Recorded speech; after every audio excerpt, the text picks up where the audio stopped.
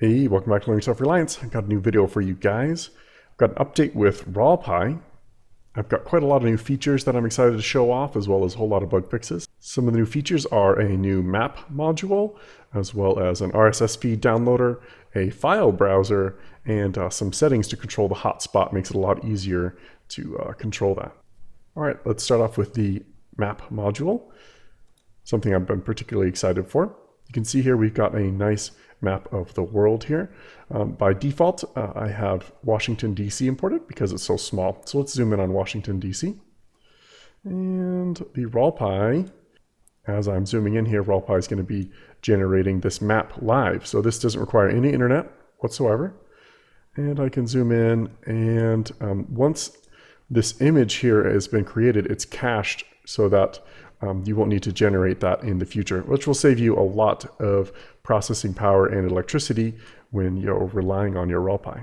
So we can zoom in and zoom out and view all sorts of information about this nice map. Right now it has a street view map. I would like to have a topographical map in the future, but right now we just have this street map. I also have automatic importing.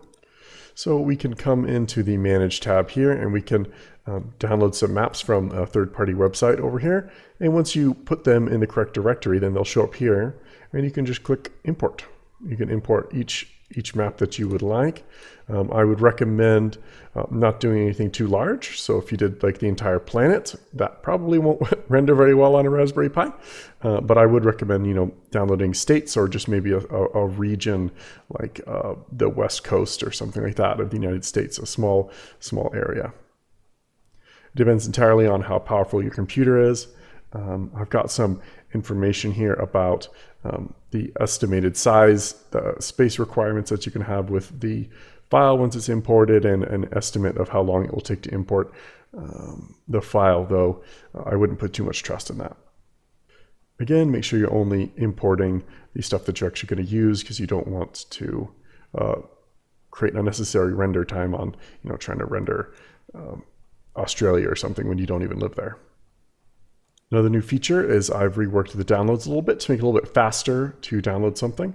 You can choose which type of downloader you'd like to use. So you can just click videos and enter the URLs in each line as before, or you can also do a specific channel. This will make it a lot easier to choose which channel you would like to download, as well as different options for frequency. So you can download a channel once or a playlist once. Say that you've got a playlist you want to download, you can input the URL here and just download it one time, and then you won't have to worry about pulling in new videos from that. Or you can set it to weekly or something like that if you'd like to download more. It also has an RSS feed downloader.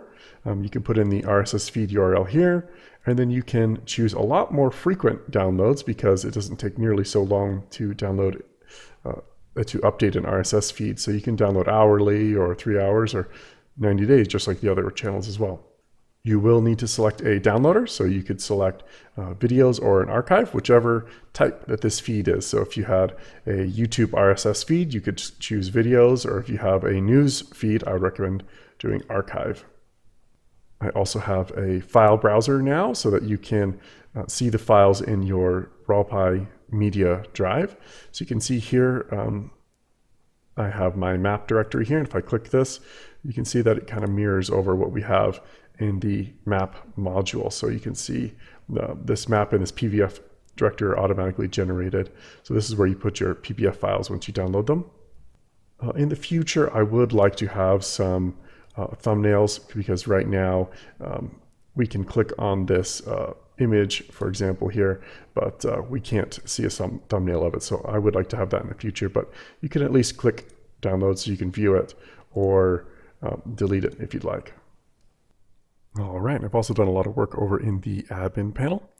So we go over here, we can see our downloads tab as the first thing. You can see here we have a YouTube video that I've downloaded, as well as these recurring downloads. So this is the download record for the WROLPi channel, and this is a video that I downloaded. Let's go ahead and copy this, and let's try to download again real quick. We'll go back to videos, and we'll say download on this one.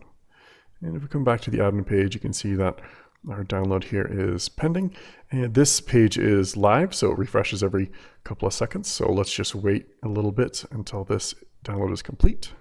There we go. We can click view. And if you did see there was a stop button, so you can stop a download when it's running. If we click view here, it'll take us to the video that was downloaded. We can also toggle downloading here. This will turn off downloading and turn it back on. And if you click this here, it will actually kill whatever is pending.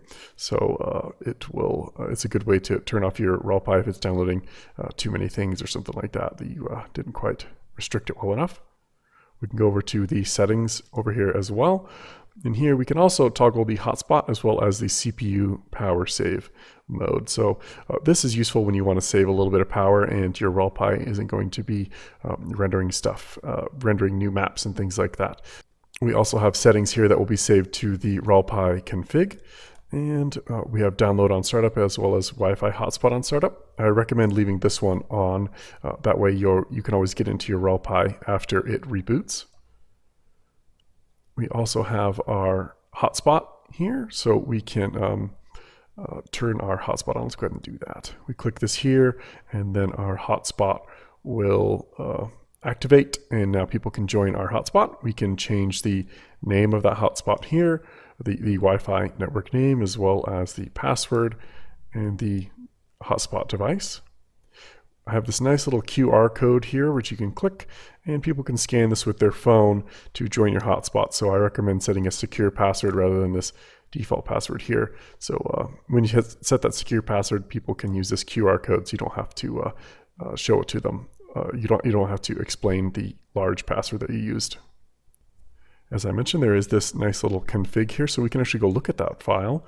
So if we go to Files, Config, you can see we have the WROLPi. So we can look at this. You'd probably want to edit this with a desktop editor or something like that, or from the terminal. But we're just going to look at it today. We'll click Download, and you can see here that we have our config here. So if you wanted, you could change this download on startup to false. And if you reboot your WROLPi, it will use whatever you've set in this config, which is kind of nice. So if the WROLPi interface for some reason is not working, you can just edit this file and make it do whatever you would like. This is a nice backup method to control your WROLPi. All right, that's it for the update. I would recommend going to the GitHub page and going to the upgrade instructions if you would like to upgrade your WROLPi. All right, guys, thanks for watching.